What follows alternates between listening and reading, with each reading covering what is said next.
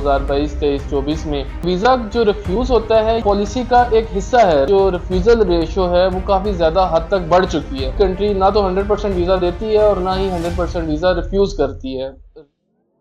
अस्सलातु वस्सलामु अलैका या रसूलल्लाह। मेरे पाकिस्तानियों में उम्मीद करता हूँ कि आप सब लोग ठीक होंगे।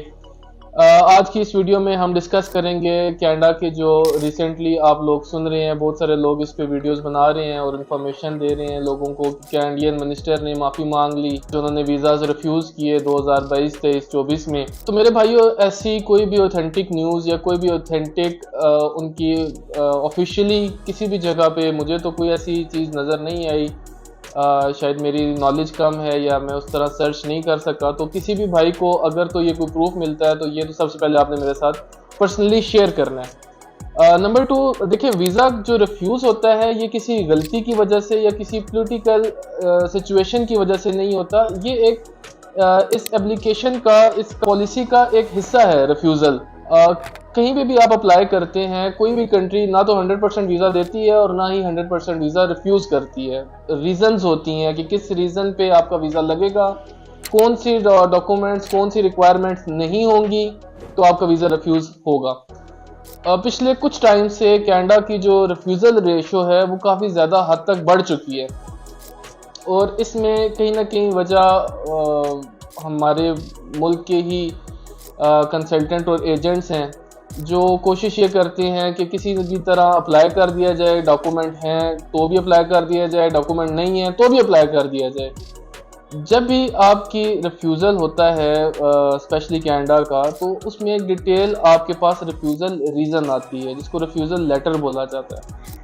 अब उस रिफ्यूज़ल लेटर को जब आप सेकंड टाइम अप्लाई करते हैं तो जो रिफ्यूज़ल रीजंस होती हैं उन रीजंस को आपने आंसर करना होता है। अगर सेम डॉक्यूमेंट्स पे आप 10 बार ये अप्लाई करेंगे तो 10 बार आपका रिफ्यूज़ल आएगा। आप जो रिफ्यूज़ल की रीज़न होती है कि रिफ्यूज़ल क्यों ज़्यादा आता है, जो हम फ्रॉड डॉक्यूमेंट्स लगाते हैं, जो गलत डॉक्यूमेंट्स लगाते हैं, ऐसे डॉक्यूमेंट्स जिनका हमारे साथ कोई ताल्लुक नहीं होता और हम वो अटैच कर देते हैं, तो आपका रिफ्यूज़ल आ जाता है। अच्छा, अब रिफ्यूज़ल आ गया तो उसके बाद क्या हमें करना चाहिए? देखिए, उसके बाद भी हमारे पास बहुत सारे ऑप्शंस होते हैं। नंबर 1, आप उसको रीअप्लाई करते हैं। अगर आपको ये लगता है कि आपका रिफ्यूज़ल जो आया है वो गलत आया है, गलत किसी रीज़न पे आया है, या आप प्रॉपर जो आपका इमिग्रेशन ऑफिसर था उसने आपकी केस को रीड नहीं किया, तो आप उसको बिल्कुल रीअप्लाई कर सकते हैं। नंबर 2, हम अपील में अप्लाई कर सकते हैं, लेकिन अपील का ये होता है कि विद इन 75 डेज आपने अपील करनी होती है। अगर उससे ज़्यादा टाइम गुजर जाता है तो आप फिर रीअप्लाई की तरफ जाते हैं। ये 2 रीज़न्स हैं जिन पे आपका जो वीज़ा है उस पे लगने के चांसेस होते हैं। और सबसे इम्पॉर्टेंट जो बात होती है कि आप किसी ऐसे बंदे से अपना केस सबमिट करें जो इस चीज़ को थोड़ा बहुत समझता हो। आजकल आप देखेंगे कि हर दूसरा बंदा ही कंसल्टेंट बना हुआ होता है। ये चीज़ें आपके लिए नुकसानदेह होती हैं। हमेशा एक बात याद रखिएगा कि रिफ्यूज़ल आपका आता है, कंसल्टेंट का या एजेंट का नहीं आता।